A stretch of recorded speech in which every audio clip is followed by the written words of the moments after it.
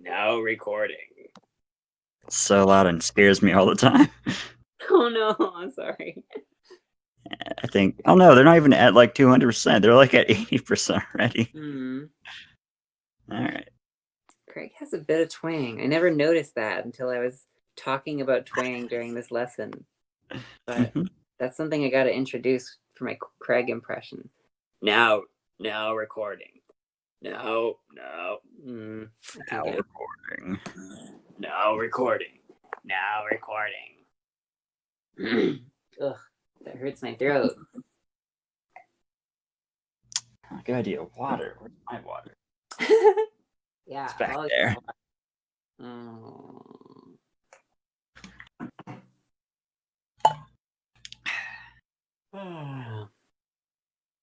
Well, how are you? I'm doing good. I'm a little tired after 2 lessons, but I can feel that. yeah, I've got very low stamina. I should be teaching like I guess teaching for 8 hours a day is like not sustainable. Like it just isn't. But yeah, I can see that. I need to get my stamina levels up so that I can teach like 4 or 5 lessons comfortably. My hand's still cramped from all the typing I was doing this past week. Is that from your like job or? College class. I'm finishing my last GEF English 102 academic research. Yeah. You typed up twice as much as you actually needed to for that? Yeah, I wasn't really planning to do double, but I was like at that point where I was like, I'm 36 pages in, I'm done, but you know what? I can go double. I can do it. Nice. Oh, so it was like 20 pages and you went to I was just like, I didn't even mean to, because I guess it's just during the moments where I have to do like reflections and stuff, I just happen to just write a lot. So my reflection on the start of my portfolio is 10 pages on its own. So nice. It's insane. But yeah, I'm glad it's done. I should be able to start my major in the fall. So I'm happy. Cool. What are you majoring in? MIS, Management Information Systems. It's like a blend of business and computer sciences. Okay, interesting. That sounds very profitable. You're probably going to make bank, I feel like. Yeah, I did some research on it, and it said in the next, 20 years, it's supposed to grow about 60% in job demand. So, yeah, I'm going to cash in that money. Nice. Cool. All right. So let's do some voice stuff. So, yeah. This is our first lesson, right? This would be the first lesson I've ever paid for. I've listened for months. Actually, I think I joined the server around October, and I was listening to Charles a lot of the time. But yeah, I finally now have money, and I wanted to pay for a class or two. So cool. All right. So let's start with the basics to make sure that we're on the same page. Or actually no. Let's recap what your voice experience is. So like, what have you learned? What have you tried? What have I learned? It's honestly hard to say. I've been trying to do measurements by recording and listening back. I think I have improved since, because normally when I speak,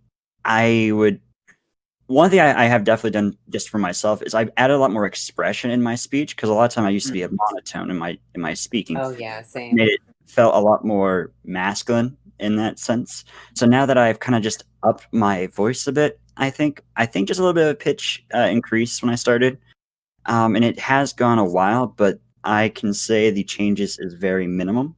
I just recently started, about maybe a few weeks ago, to look into Ziana with her videos about like reducing vocal folds and some of the exercises. I don't actually have a good comprehension on the like actual exercise and doing them. It seems a lot of time it seems like they'll work maybe like a little bit, and then I just can't get anything out of it. I'll try for days and I'll feel no results or see no results. Right, yeah. Okay. Okay. So what kinds of things have you been trying? So recently I've been trying a lot of what do I call it? It's I guess it's some kind of whispering thing. I'm not sure what it's called, but it's like Hmm. I'll just like go and then I'll try like a note and speak. But a lot of time when I try it, it generally just drops down very low. So I'm not sure what it's called. I'm not sure the term of that. It's got different names. Ziana calls it a voiceless R1 gradient. I call Yeah. it a whisper slide. Some people call it a vampire sound. A few different Yeah, that was the one I've been trying the most, and it seems to make my throat hurt the most. names. I Yeah, yeah. so I'm not sure if that's good or bad. It's complicated. So like it's an exercise that's very effective for hearing R1. It's also the louder you do it, the more you're engaging your false folds. So for some context, whispering involves engaging the false folds. Are you familiar with the false folds at all? I have very basic knowledge. I know there is false folds and just true folds. Yes. Yeah. So let me see if I can get my larynx to stick out. Yeah, there we go. Okay, so here's my Adam's apple, and like a little bit behind my Adam's apple is the front of my true vocal folds, and then somewhat behind, like maybe like around back here, but like in the middle. That's like kind of the extent of my vocal folds. Yeah. And a little bit above that is my false folds. Let me see if I have a diagram. Okay. This is probably a diagram that you've seen before if you've been hanging out on voice communities. But yeah, that's where the false folds are. They're above the true folds. And if you're looking at your throat from above, that's what the top half of this image is looking at the throat from above, like with a camera or something. Uh, Then the false folds are like, yeah, kind of like a little bit off to the side of the vocal folds. yeah, I've seen Um, a diagram similar to it. For me, a lot of the anatomy and stuff goes right over my head because my yeah, my yeah. study is currently in business. Right, yeah, yeah. Yeah, I try to keep it as like simple as possible. Like the true folds are there and the false folds are a little bit above. Like I feel like it's pretty understandable. All right, thank you. All right. And yeah, yeah, no worries. Let me turn on push to talk. Why was I turning on push to talk? I don't remember. Oh yeah, so the way that whispering works is it's creating what's called a fricative. Have you heard this term? No. Okay. So a fricative is a type of consonant. Um, so like the letter S is a fricative. SH, shh, that's a fricative. TH, that's a fricative. The letter H, that's a fricative with your false folds. A cat hiss, that's a fricative with like your tongue pressing up against the roof of your mouth. So like here's the roof of my mouth, and here is my tongue. So the cat hiss is basically like put your tongue in like the letter K position, and then just blow air through that. So that's a cat hiss, and that's a fricative. So a fricative is when you bring two parts of your vocal tract close together, so close together that it makes it like a very small hole for air to go through. And when air is going through there, it has to go faster and it gets kind of like turbulent. And so that's what that sound is. That sound is air going fast. That's air going fast. That's air going fast. Does that make sense? Yeah. Yeah. Cool. So that letter H, that's also a whisper. The letter H is basically a whisper. Like when you're whispering, you're basically like making every sound with the letter H. Yeah. Okay. Um, and and so that whisper, it pushes your false folds together, and that is why that's why it can get kind of irritating. That's why it can get kind of uncomfortable, because the false folds are very sensitive. Um, and so false fold engagement, like during a whisper, during the letter H, during a whisper slide, if you do that too much, then the false folds don't like that because they're sensitive. All right, yeah, because when I started doing that, I did it a lot. So Right. because I would go through about maybe 3 full bottles of water before my session was just like, all right, I Oh, can't take the pain anymore. oh, you poor thing. Okay, so to make it more comfortable, there's a few things that we can do. We can, one, use less air. Mhm, To get more quiet, which happens when we use less air as well. mhm. Um, I guess it's mostly those things. And three, we can get like these are all kind of the same thing. We can also just not make a sound at all. Um, so if I'm doing it really, really loudly, then that's really uncomfortable. I can't do that for very long. Yeah. But if I'm doing it quietly, like, I don't know if you heard that, but I heard that and I could hear the increase just fine. Yeah. And actually, quiet is what you should aim for. You should aim for like as quiet as you possibly can go, including getting so quiet that you can't hear it. Mm, Excuse me.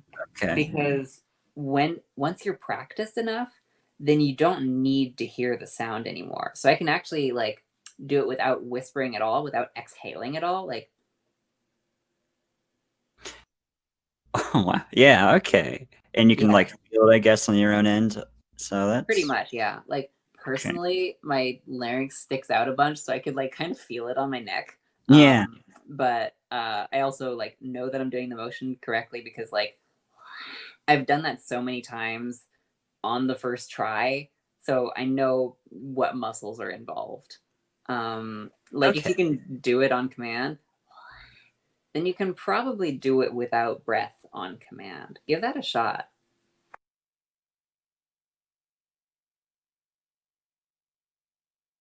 Yeah, I don't know if my mic's picking up actually, but, I'm not doing it as nearly as loud as I was on my own time, Mm. um, and so one other thing I don't fully understand the exercise is, purpose, I guess, because like, Oh it yeah. does raise the larynx, but am I supposed to, like, also just try to keep it up there as long as I can, like, to the point where it's just natural? Or, um Right. yeah. So, voice feminization theory. So, the way that I approach voice feminization is we're trying to reverse the effects of testosterone. Yeah. So, like things like intonation, like personally, I had a really monotone voice and I did want to get rid of that for personal reasons, but that Mm, wasn't what I think of as feminization mm. because there are cis women with monotone voices. Ah, yes, yes. And like, I'm a lesbian. Lesbians tend to have more monotone voices. I'm autistic. Autistic women tend to have more monotone voices. So I'm comfortable with having a monotone voice. I've made my voice less monotone over time. Mm, Um, but like that's not something I really need to focus on. That was more just a matter of like hanging out with guys all the time. I kind of adopted their speech patterns and I yeah, wanted to get rid of that because like for me it was inherently like masculine because it came from like men. same. um but it's not inherently masculine in the way that we talk about in Mhm. acoustics based voice feminization. So from the standpoint of reversing the effects of testosterone, testosterone basically does four things. Number one, it increases throat space. Number two, it increases mouth space. Number three, it lengthens the vocal folds, which results in a decrease in pitch. And number 4, it thickens the vocal folds. Yeah. So of those 4, pitch is relatively less important because cis people change their pitch all the time. Like every time you sing happy birthday, you're changing your pitch. And when everybody in the room hits the high note in the happy birthday song, like people don't get confused, like, what? All of those men just changed into women? Like, no, it's men with high pitched voices because they're singing a Yeah. song. Yeah, I was in choir for 4 years, so I experienced a lot of Nice. falsettoing in my singing. Yeah. So, and I think that's one of the issues I'm actually struggling with is because of when it came to like, I was kind of like grind into like, oh, sing like a girl, because that's what my teacher always said, just sing like a girl. So I always kept going falsetto whenever I was singing. So now whenever I'm trying to change my voice a bit, I end up going a bit too high and it goes up to falsetto. So I'm trying to now find where that like barrier is and not cross it. Right. Okay. So for some context, and this is kind of a tangent, so I'll make this brief, but for trans feminine singing, falsetto is actually a really useful tool. For passing while singing, it's actually totally okay to use falsetto. What you basically want to do is like take your falsetto and make it sound more like M1. So basically do falsetto and like thicken your vocal folds and do a few other things that make it like kind of sound stronger, sound more like M1 so that people don't know that you're in falsetto. So for singing specifically, it's okay to go into falsetto. Gotcha. For speech, we want to, excuse me. For speech, we want to talk in M1 most of the time, but it's okay to go into M2 sometimes. Like when you're inflecting, it's okay. Excuse me. Oh my God. It's okay to inflect into M2 sometimes. Cis women do that all the time, and it's possible to make it sound natural. Also, for laughing, it's okay to go into M2. And for like exclamations, for like screams, for um, other things, it's totally normal to go into M2 sometimes. We don't want to avoid it completely, just for like normal speech. Make sense? Yeah, yeah, I can see that. Yeah. I'll Okay. keep in mind about the whole falsetto because I do like to sing a lot. So I'll keep that in mind. Yeah, yeah. And if you sing a lot, then that'll help you with fem voice, definitely. And I'll go into a little bit about why that is later. Okay. Get off the tangents for a bit. Yeah. So I'm happy to keep taking future classes, so we can okay, cool. address that Okay. in the future. All right, sounds good. Okay, so vocal fold length, which influences pitch, is relatively less important. There are cis women with like low pitched voices. There are cis men with high pitched voices.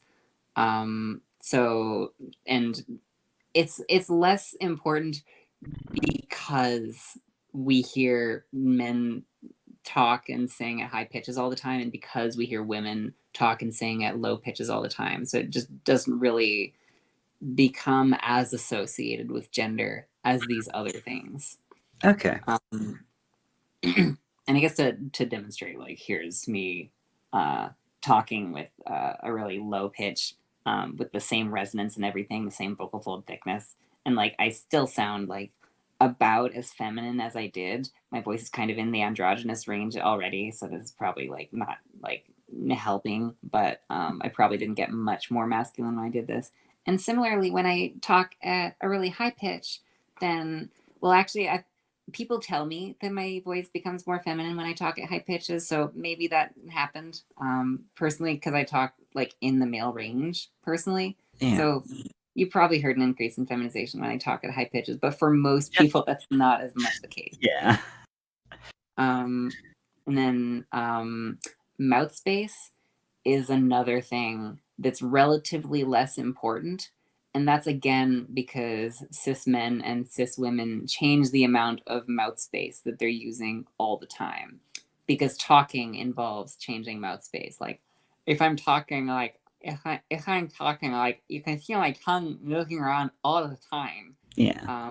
And when my tongue moves up and forward, then I have less mouth space. And when my tongue moves down and back, then I have more mouth space. So if I talk with less mouth space, then I get kind of this lisp sound. And if I talk with like more throat space and lower pitch, then I get this kind of like gay lisp sound, gay male lisp sound. Mm. And on the other end, if I talk with less mouth space, uh, le- if I talk with less mouth space, sorry, less throat space, but more mouth space, and at a higher pitch and thinner vocal folds, then I get kind of this like butch lesbian sound.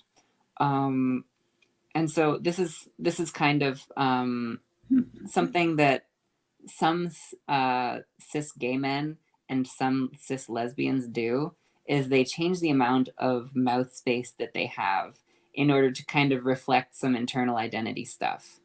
And there's also something that a lot of trans women do when before transition and after transition. But the amount of mouth space that you have, it tends to communicate sexuality more than it communicates gender. So it's something that you can work on if you want to like tweak that stylistic knob. But mouth space, like vocal fold length, is relatively less important for vocal gender. Does that Okay. make sense?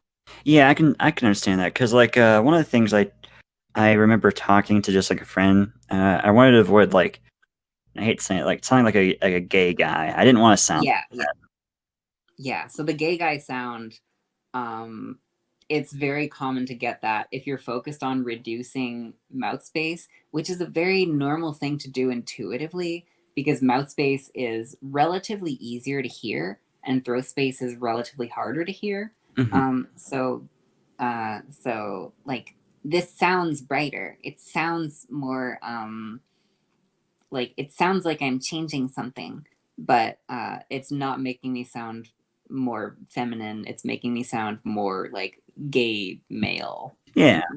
more like androphilic. If we don't know what starting gender I'm starting with. Um, so the two things that have more of an effect on vocal gender are throat space and vocal fold thickness. So if I increase the amount of throat space that I have, then I get this very like cartoony male sound. Um, and let's see, let me try to increase throat space as much as I possibly can. So here what I'm doing is I'm lowering my larynx. I'm taking the back wall of my throat and pulling it backwards. And if I really want to exaggerate it, then I can take my soft palate and like push it way up, in order to really increase that throat space. Um, and I can also like take the back of my tongue and pull it forward a little bit in order to really increase that throat space. So this gives me like a really masculine sound without actually changing anything. Like my Mhm. pitch range is still basically the same. My vocal fold thickness is still basically the same. In fact, I think my vocal folds got a little bit thinner when I lowered my larynx. So throat space has a big effect on vocal gender. That holding it there is tiring. That was Yeah. me trying to really, really exaggerate it, and I'm not used to doing that. It's like insane that like you're able to like move these parts of your mouth and throat to do that. Like because when you say like you're pulling like this part of your back throat and it's like Oh how do yeah, you do that? yeah, for sure, yeah.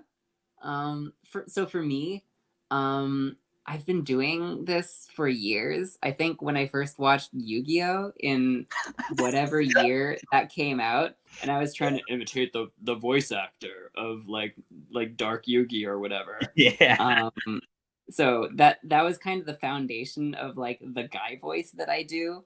And now just like after learning about uh voice gender modification, like now I understand the things that was doing, and now I'm able to do them to like an exaggerated extent. But like I was talking like this like in high school, and like in middle school? Just because I wanted to imitate the cartoon characters. Cool guy from that anime. Yeah, yeah. Uh, I never did much voice imitation growing up. The most I ever did was like Ed from Ed, Ed and Eddie. Oh, cool. Just I don't know. Can you show me that? Oh God, now I'm gonna be embarrassed. I guess my favorite line from it was like, "But Eddie, butter toast." Oh, that's beautiful. There, you're lowering your larynx. Let's see. You're doing something with your soft palate. I'm not sure what yet. It's like kind of the same quality that Barney the dinosaur has. What is that? Is that like nasopharyngeal expansion or nasopharyngeal constriction? I don't know, but yeah, that's really interesting. I want to learn more about that now. I don't know why that made me yawn. Anyway, throat space. So Yeah. Yeah, so that's what happens when you increase throat space. and then when you reduce throat space, then it gets more feminine. So here I probably changed my pitch a little bit. It's normal to change. It's This is like the most masculine sound I've been able to make in like the last several months that I just stumbled upon by accident just now. That's really interesting. How did I do that? This is being recorded, right? It is. It's all being recorded. Oh, I can't hear you now. Let's see. Let me write a note in the chat. Of course. It is so hot in my apartment. Doesn't help that I've been pure blowing tons of hot air.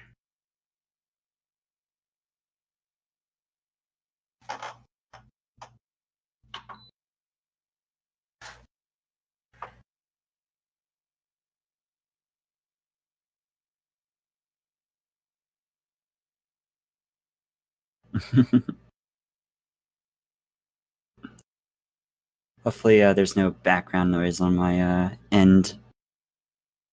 No, there isn't really. Good.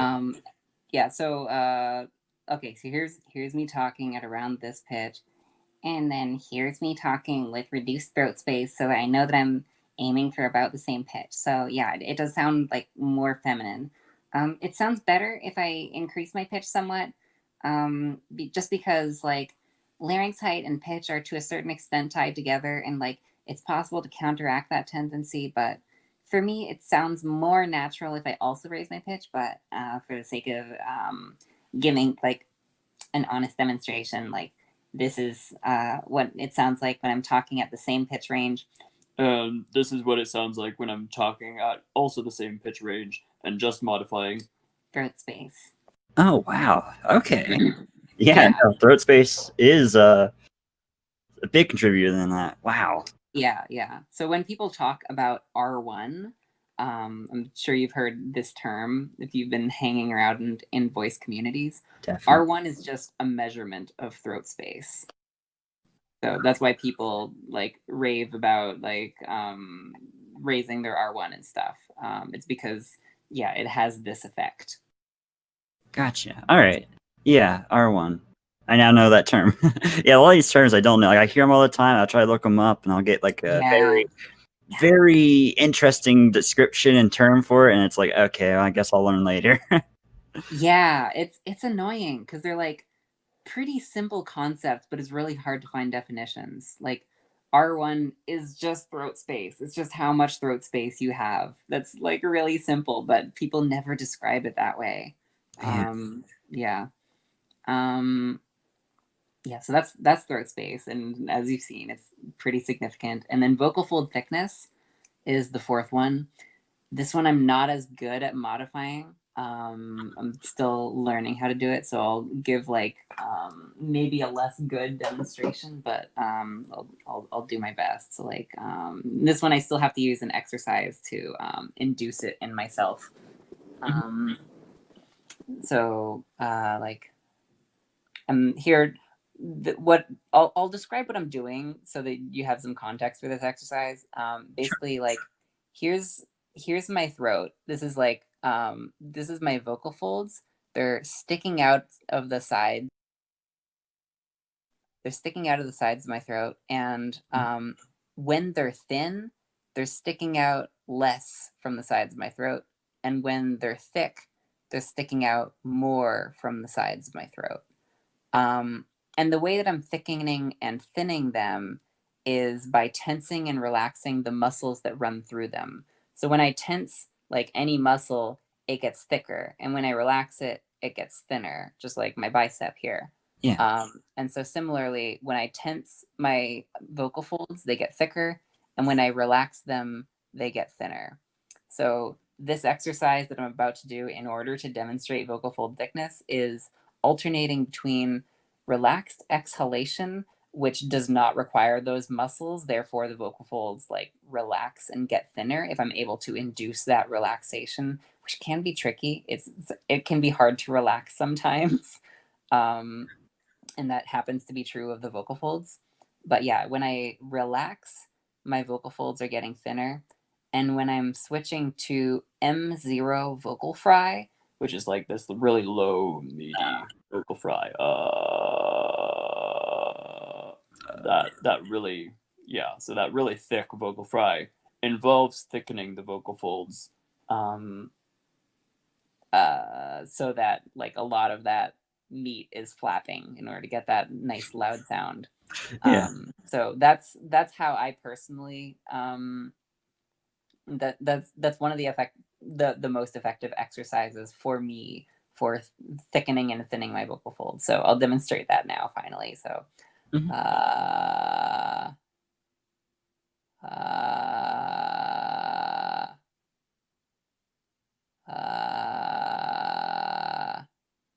Okay, so now I'm talking with thinner vocal folds. My voice has gotten like a little bit breathier. There's a little more air flowing through, and that's because the vocal folds are like farther apart. So there's literally more like room for the air to flow through. And now if I go to the other direction,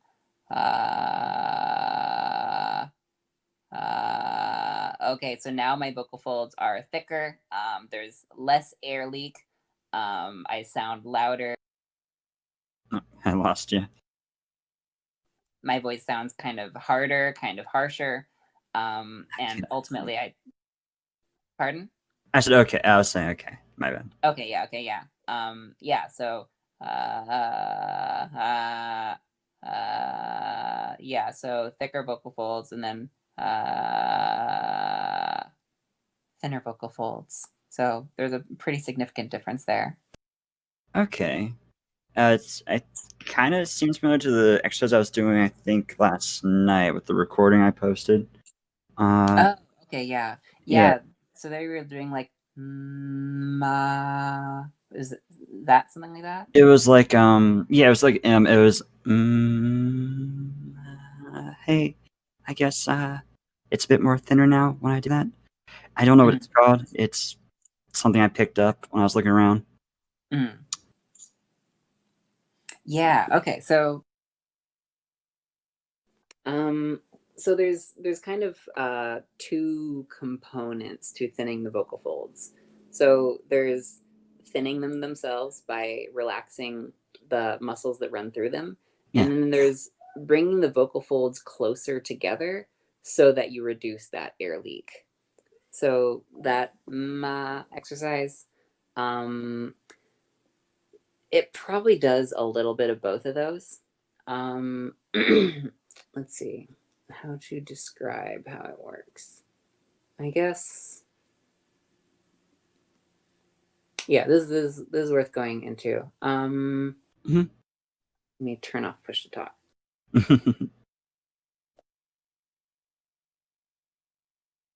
Okay, so that exercise is basically an SOVTE. Have you heard this term? No. Okay, so an SOVTE, that's I like to pronounce it SOFTE in my head. And it's short for semi-occluded vocal tract exercise. Oh, I've definitely heard of it. Yeah, after you said the whole thing. Okay. So the way that that works is we've got a bunch of air in like our lungs, and our bodies are like, I want to keep it there. I don't want all the air to rush out of my lungs because then I'll like collapse like a balloon. And so our vocal folds are partially responsible for keeping the air inside of our lungs. Um, and as a result, part of the work that the vocal folds are doing is like doing voice and stuff. And part of the work that they're doing is keeping the air inside of our lungs, so that we can like breathe at a comfortable pace and things like that. SOVTEs are designed to alleviate the burden of the vocal folds to keep the air inside of our lungs, so that they can just focus on doing voice stuff. As a result, SOVTEs are very versatile tools. They're good for helping you to increase your pitch range, which is handy for singing. I'm sure you've done some SOVTEs in like singing environments before, and they're helpful for getting our vocal folds to work more efficiently, with a given like amount of air, so you can like sustain notes for longer. Excuse me, by practicing with SOVTEs. They're good for getting like a really clean, clear M2 sound, a falsetto sound. And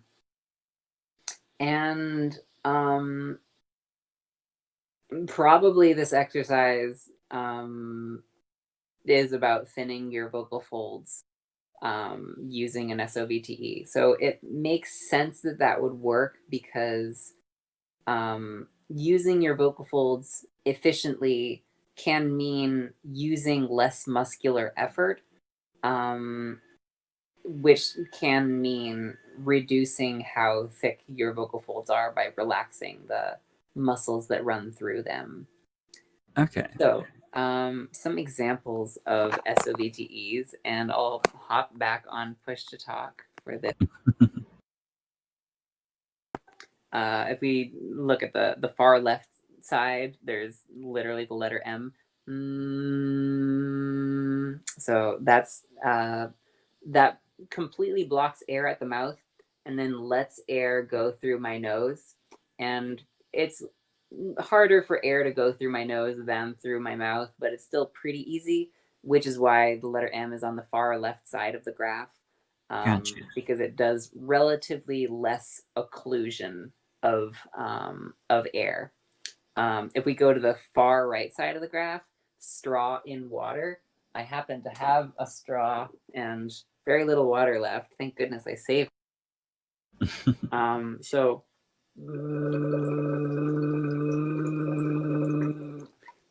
this is providing a lot of occlusion because the air inside my lungs is being suppressed by literally a bunch of water. So I need to like push pretty hard to get the air out of my lungs. And that's actually amplified because this cup has a lid on it. So air is only escaping through like this tiny little hole around the straw. Yeah. And then in the realm of things that you can do without props, also on the far right side is raspberry. So there, air is going like between my tongue and my upper lip, and then only sometimes because it's a trill. So that provides a lot of occlusion. And then there's like literally blowing through a small straw. So I'll like try to demonstrate this without actually unscrewing the cup. So like,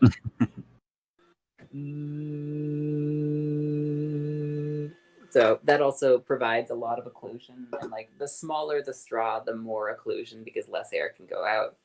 Gotcha. Also a lip trill on there. There's this letter B shaped thing, which is it's a sound that's not in English, but it's basically bring your lips together and kind of blow through them. It sounds kind of like a V, but it's not a V. So mm. Okay. That provides a lot of occlusion. Then there's tongue trill. And then there's this number 3 thing, which is, I think, a cursive letter Z, which represents this sound. And then there's the letter Z. And then there's phonating through a large straw. And then there's a letter U, which means like, so there I'm talking through like a really small hole in my lips. And then there's N, which is going through my nose, and M. Okay. So all of these things, and other things which occlude like your vocal tract, relieves some pressure from your vocal folds, which I don't necessarily recommend this for vocal fold thinning because I wouldn't expect it to relieve much pressure from your vocal folds. But when you combine it with other exercises, it can be pretty effective. And SOVTEs, thank you, push to talk button, are useful for a bunch of other things. They're useful for increasing your pitch range, which is handy for like trying to habituate talking at a higher pitch. It's useful for getting like I think it's useful for increasing your open quotient, which has like a more subtle effect on feminization than thinning your vocal folds. I won't go into that for now because it's less important. And it's also good for SOVTEs are also good for voice rehabilitation. They're like especially good like after you've had surgery or after you've been teaching voice for a long day and you need to relax your throat. Sometimes I do SOVTEs like between or after lessons. If you've done public speaking or if you've been singing for a while or you teach in front of a classroom and you have to project all day, if you're a politician, I don't think most politicians do SOVTEs, but they should. So yeah, that's kind of what they're about. Gotcha. And I suspect that's what the mmmaaa exercise is pretty much for. Cool. All right. Awesome. Trying to think. So yeah, like if I'm really trying like right now for my knowledge, this is probably the best I can get with my voice. I don't know what I'm doing exactly, if it's actually a resonance change or not, or just a pitch change. To me, it just sounds like pitch more than anything. So you are changing your pitch there, definitely. I think you are also changing some resonance stuff. You're doing some stuff with your tongue as well.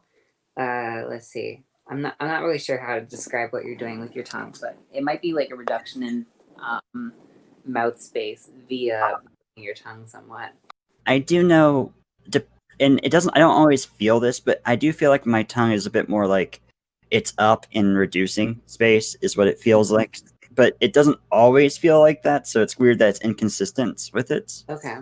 But yeah, with my knowledge of just whatever I have, this is probably what I can do right now. And on recording, some nights sounds really good. Other nights, it just sounds like this. Just sounds like my normal voice, like this, but not much difference. Yeah, I don't know. Okay. Okay. So let's see.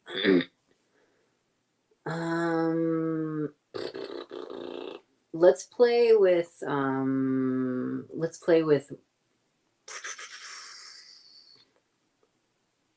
let's see. Yeah, I think you're doing some tongue stuff that's giving you like kind of an accent that's not present in your normal voice. It's like kind of a mix between like an accent and like a bit of a lisp. So, and I think what you're primarily doing is reducing mouth space, which is more about communicating sexuality than communicating gender. So I would focus on doing whisper slides and other like R1 raising, other throat space decreasing exercises, to make sure that you're decreasing throat space and not mouth space. Gotcha. Okay. So, okay, I see what you're saying then. All right. So, do I want to avoid like working mouth space altogether then? Just kind of like, just so I can be used to throat space more before I mess with like mouth space again? I think so. I think so. Yeah, and like what I would recommend, based on where you are, like I didn't have to do an exercise for changing my pitch or for changing my throat space or for changing my mouth space, but I did have to do an exercise for vocal fold thickness because I'm not very good at that yet, and because I know that I can't change it intuitively very reliably yet. Yeah. And I would recommend the same thing for you. I would recommend doing exercises to get into girl voice, just to make sure you're doing girl voice correctly and not like doing things that like feel intuitively like you're changing something, but might be changing things that you don't need to be changing. I got you. I'm getting a false positive, is what you're saying. So, I want to I see. think so. I think Okay. Yeah, that's what I was afraid of, and that's actually why I reached out, because I was like, it seems like I got progress, but I'm not sure if I'm doing it right. Yeah, like you are getting progress. Like your pitch is definitely changing, your mouth space is definitely changing, and your throat space is changing somewhat. I think we can change it a lot more. um Okay. I think with mouth space, you're introducing some habits that you probably don't want to be there. So I Yeah. would focus on throat space for Oh, I'm losing you, Callie. Oh, thank you.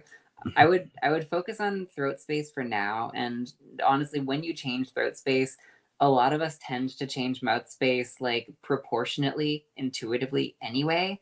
So for most people, I don't actually like teach them mouth space because throat space is the thing that's more important. Okay. Um, Yeah. Most people like end up in a satisfactory place with mouth space after working on throat space. Okay. Um, so yeah, I would probably just not bother with that for now. And then like check in on that after you're like more experienced with thread space. Awesome. Um, There was one thing I learned, which I think was a bad thing for me to learn, because I was reading a little bit of comments about it, but it was I back when I got really busy and I kind of wasn't able to do much, I was kind of reading L's guide, and I mhm, remember it mentioned swallowing a lot of the time. yeah, And I just recently learned I think it's bad. So I'm not sure right. if there's any damages that I'm not like, I don't know what damages it really would cause, but I'm glad I stopped it. So Mm. yeah, I did that every day while I was at campus before the pandemic. So Right. now I'm like conscious of that. Oh, yeah. So like swallow and hold, it's something that we don't necessarily recommend because some people learn bad habits from it. Yeah. Um I'm not sure that I hear any bad habits in your voice Okay. offhand that might be resulting from that, but I maybe we'll stumble upon something at some point, Mm, or maybe I'll notice something later. But yeah, I don't recommend learning with that, but it's not the end of the world if you did. Gotcha. Um, Yeah, yeah, because that was my primary way of doing it while I was in class. Because, like, you're not doing really any sounds. There's nothing weird. You're just swallowing. So it's like, right. this is the Yeah. perfect discrete Yeah. mechanism I got here. But now that we're stuck at home because of the Oh pandemic, yeah. and I literally can't go to the campus to do my job or to take classes. I'm just, well, there's no reason to hide anymore. Right, right. Yeah. In addition to that, you can do a whisper slide discreetly. So when you're doing it at first, it's very tempting to be loud with that. Yeah. But the way that you want to be doing it is actually as quietly as possible while still being able to hear the difference. Like, I don't know if you're able to hear that.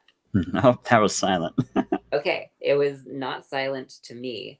I can hear the increase there, and that increase is telling me that I'm doing it right. But also, because I've done whisper slides so many times, I can do it completely silently. So this time I will be silent. So yeah, but a question with that is there's a lot of times where I tend to get a what seems like be hitting the back of my throat when I do the whisper slide. Is that just me? I'm going too high, like that sound. oh, I see. That can be a few different things. I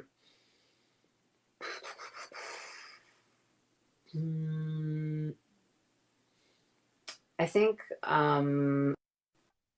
it's not so when we do a whisper slide, the objective is to reduce throat space a lot. And when you do that, it's normal for some parts of the throat to like get too close and result in sounds like that. So like that's one thing I can do. That's another thing I can do. That's another thing I can do. So there's a bunch of different like places in my throat that I can squeeze together in order to make weird sounds. So Yeah. it's not necessarily a sign that you're going too high with it. It can be a sign that you're squeezing that part of your throat too much, but generally you can stay high and just unsqueeze that part of the throat. Okay. So yeah, if you're able to do that intuitively, then I would play with that because that would be ultimately best because that'll let you get as high as possible. But if you're not able to like unsqueeze the specific part of your throat intuitively, then it's okay to back off a bit on the whisper slide and go like a little bit lower to avoid getting that kind of thing. Awesome. All right, yeah. Then I'll definitely keep playing around. Try to stop the whatever sound I'm making flim thing, and yeah, try to play off that because that is like where I've mostly been working a lot of my exercises, including the thinning of but besides the other exercise I showed earlier about thinning. Those are really the only two I've been mostly doing as of late. Okay. I can't think of anything else. Okay. I don't know if my internet's dying. My Discord crashed for some reason. Okay. I'm back now. Yeah, now that I've moved to an apartment, I now have to have really bad internet, which made me thought, oh no, I'm losing connection now. Oh no.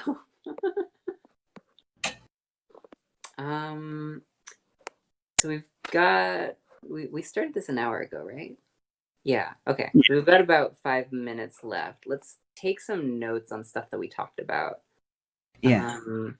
What did we talk about? I guess we talked about like voice feminization basics. Yeah. We did a lot of basics. Talked about a lot. We definitely talked about the difference between mouth space and throat space because I had a false positive with that. We also talked about just like I guess a couple exercises as of now, the whispering slide and the what was it the soft I can't remember what the abbreviation was, but we talked about the occlusion, the semi-occlusion thing. Help relieve pressure. And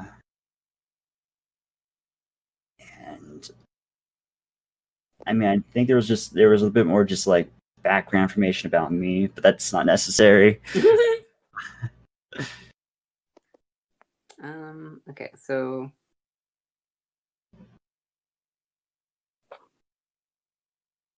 here's some of the basics first, and then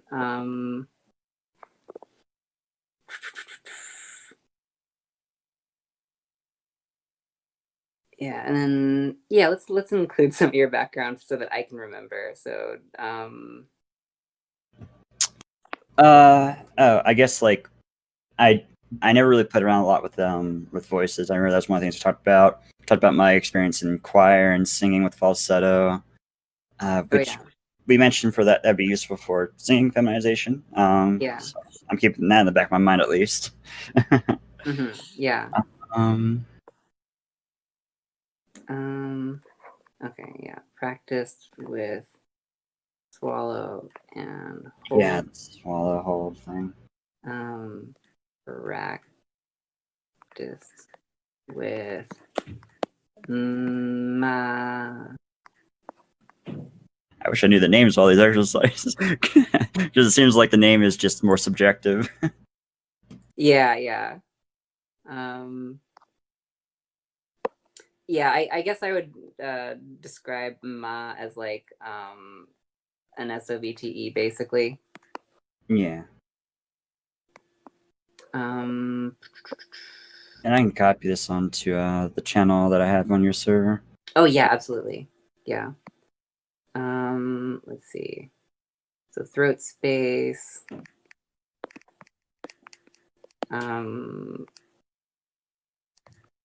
It's the same as R1. Whispered slides.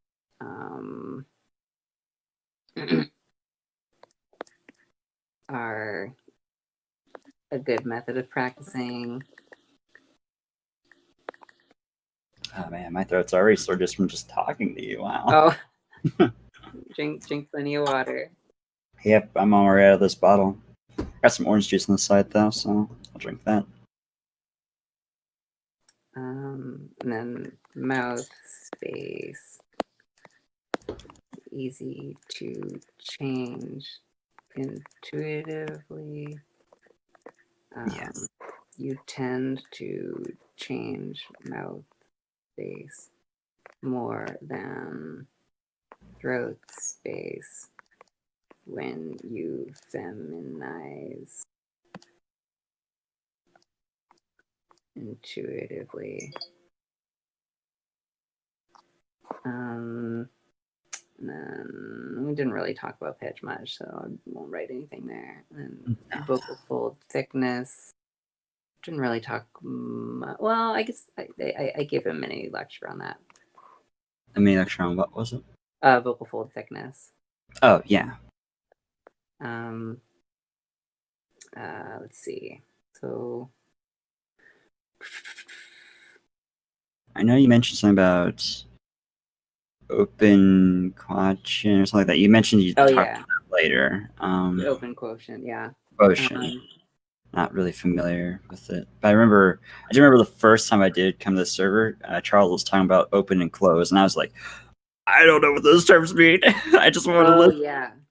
And he's like trying to get people who's like in the who's muted, like talking text chats. Like, I just got here. Yeah. Yeah, Charles likes quizzing people on things. Yeah. Yeah, I'll write that in the section on SOVTEs or SOFTEs. Awesome. So SOFTEs help with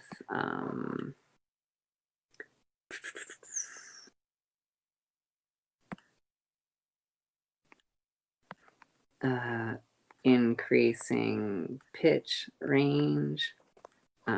They help with open quotient. Okay, so really brief description of open quotient.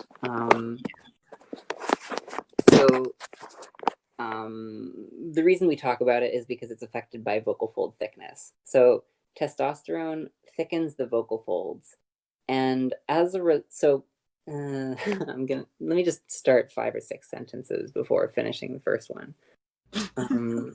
So when we're using our voices, our vocal folds are coming together and moving apart a certain number of times per second. So if like, I don't know what note that was, but if we pretend that that's like 150 hertz, then my vocal folds are coming together and moving apart 150 times per second. Oh. Yeah, that's what hertz means. So if you're phonating at like,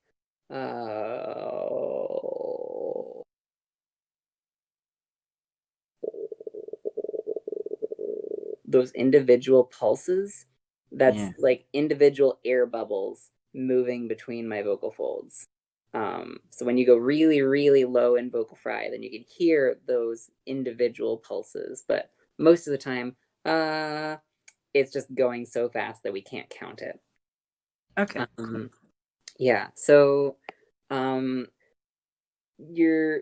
I'm gonna demonstrate with. Wait, let me demonstrate with my other hand because my other hand has more dexterity. So our vocal folds spend during this process, they spend a certain amount of time together and a certain amount of time apart. Um, and we can take the amount of time they spend apart, divide it by the amount of time they spend together, and the result is our open quotient. So if my vocal folds look like this, Yeah. where they're spending a lot of time apart and very little time together, this is a high open quotient. Excuse me. And if my vocal folds look like this, where they're spending a lot of time together and very little time apart, then this is a low open quotient. And I think AMABs tend to have an open quotient of around like 30%, and then AFABs have an open quotient of around 60 or 70%. And Wow. that's, yeah, yeah. And that, like, there's a lot of variation there, and it's up to debate to what extent that has an effect on like people's vocal gender. Yeah. But the reason that there's a correlation at all is because vocal fold thickness affects your open quotient. So if I have very thick vocal folds, then they'll tend to spend more time together and less time traveling to be together. And if I have thin vocal folds, then they'll tend to spend more time traveling to be together and less time together. Does that make Gotcha. sense? Yeah. Okay. So, like Charles likes to focus on open quotient because it's affected directly by vocal fold thickness. Other teachers like me prefer to focus on vocal fold thickness directly and pay less attention to open quotient itself. It's not really a settled debate what has more effect on your vocal gender. Just based on my ear and based on my experience with playing with my voice, I think vocal fold thickness itself is a little bit more than this like secondary quality. But Charles disagrees, and he's welcome to. He knows a lot more than me about a lot of aspects of voice. So yeah, don't take what I'm saying over what he's saying just based on like anything except the I don't know. Make your own judgments. Alright. But yeah. So yeah. So that's what SOVTEs are, and they help with open quotient. And then they, I guess I'll write a little description of what they are.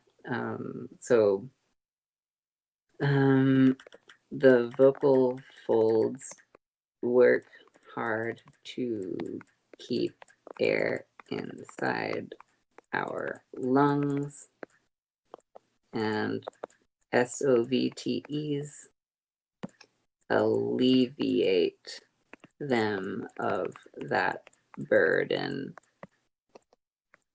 so they can work harder on voice, basically. Alright. So they help with increasing pitch range, they help with open quotient, they help with vocal rest, especially after talking, yelling,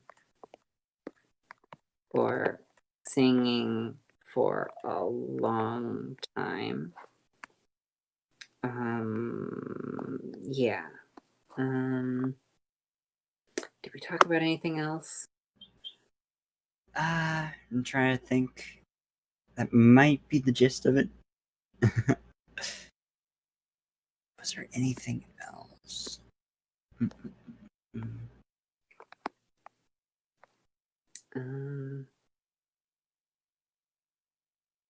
Oh yeah, I guess like in the section about you, I'll mention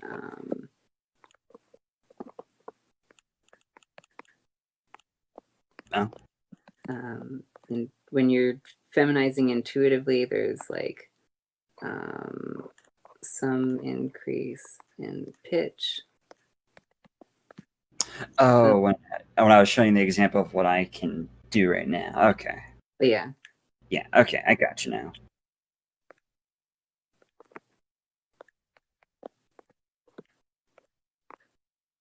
Some decrease in mouth space, a bit of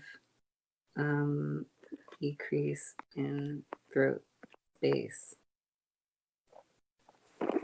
Okay. Cool. Do you have any last questions? And to anyone listening in the chat, do y'all have any last questions? You can either type things in event text chat or unmute. I think I'm personally good. I got so much to digest and also practice again. So thank you. All right, cool. You're welcome. Let me boot the recording bot, and I'll post a link to download this lesson in your channel. Awesome. Thank you. I was hoping I get that. Yeah. All right. I'm going to hop off and eat some food now. So bye. Thank you for taking this lesson. This was fun. I'm hungry too, so I gotta eat.